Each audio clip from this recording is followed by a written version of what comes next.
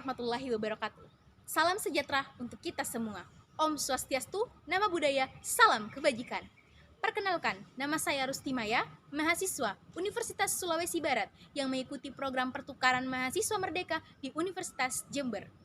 Pada kesempatan kali ini, saya akan menyampaikan pidato kebangsaan yang mengangkat tema Indahnya Keberagaman dalam Toleransi di Indonesia.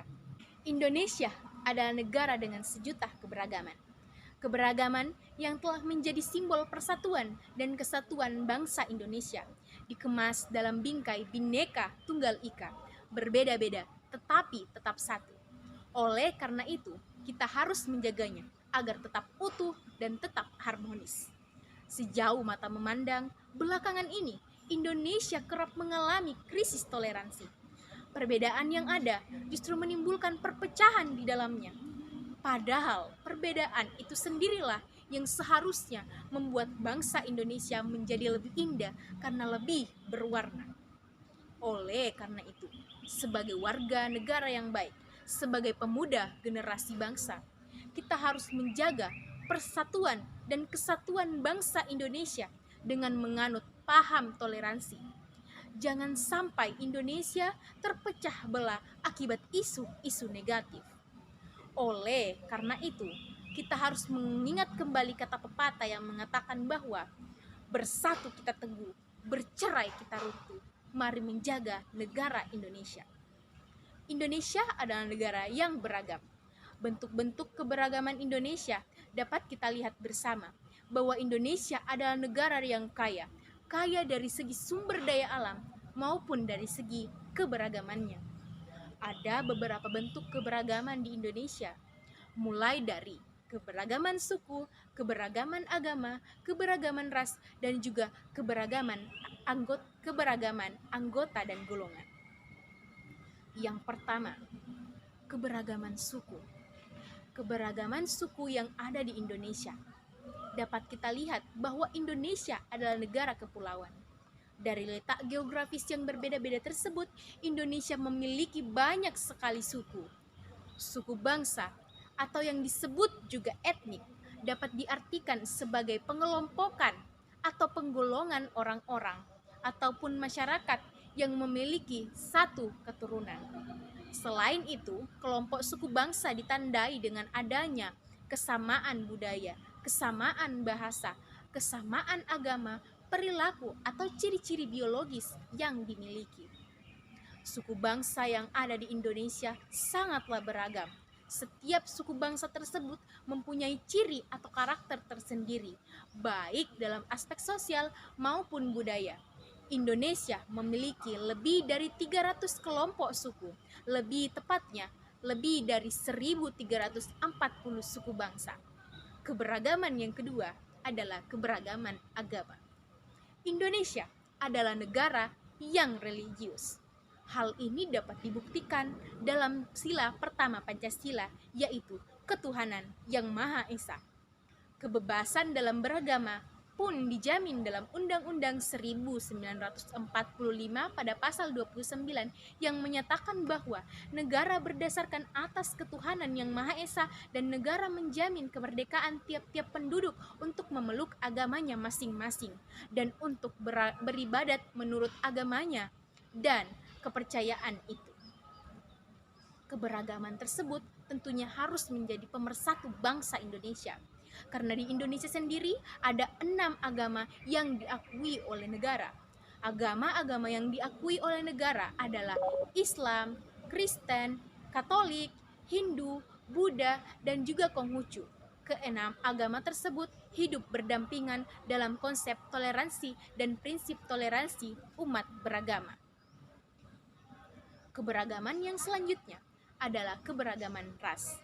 Seperti yang kita ketahui bersama bahwa selain keberagaman suku agama ada keberagaman ras. Keberagaman ras yang ada di Indonesia dipengaruhi oleh nenek moyang dan sejarah nenek moyang bangsa Indonesia pada masa lampau. Ras merupakan klasifikasi yang digunakan untuk mengategorikan manusia, mulai dari ciri fenotip atau ciri fisik dan asal-usul geografis.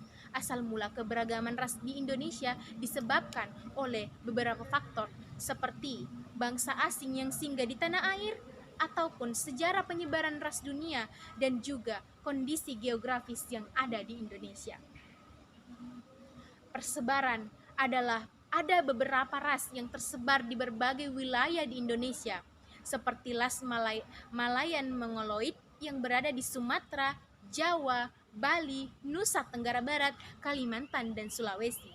Ada ras Melanosoid yang mendiami wilayah Papua, Maluku, dan juga Nusa Tenggara Timur. Selain itu terdapat juga ras-ras lain di seluruh wilayah Indonesia yang tentunya menempati wilayah-wilayah tertentu di Indonesia. Dan hal tersebut tentunya harus menjadi tonggak balik bangsa Indonesia memperkuat persatuan dan keberagamannya sebagai suatu bentuk kekuatan yang harmonis dan utuh. Nah, dari keberagaman yang tadi terdapat keberagaman yang keempat, yaitu keberagaman anggota dan golongan. Dalam masyarakat multikultural, keberagaman golongan bisa terjadi secara vertikal dan dapat terjadi secara horizontal. Untuk secara vertikal, terdapat hierarki lapisan atas dan lapisan bawah yang cukup tajam. Contohnya, seperti status sosial, pendidikan, jabatan, dan sebagainya. Serta secara horizontal, biasanya anggota golongan setara dan tidak ada hierarki. Namun hal ini mengakibatkan banyak yang merasa bahwa anggota golongan paling benar adalah anggota golongan paling benar sehingga merendahkan anggota golongan lainnya. Contohnya dapat kita lihat bersama, agama, idealisme, adat istiadat, dan sebagainya. Sehingga hal-hal ini tentunya harus kita pupuk dan kita jadikan sebagai kekuatan. Pentingnya menjaga toleransi dan keberagaman yang ada di Indonesia haruslah menjadi perhatian penting terutama bagi generasi penerus bangsa. Meskipun Indonesia adalah negara yang kaya akan perbedaan dan keberagaman, hal tersebut membuat Indonesia pun sangat rentan untuk terpecah belah akibat perbedaan yang ada.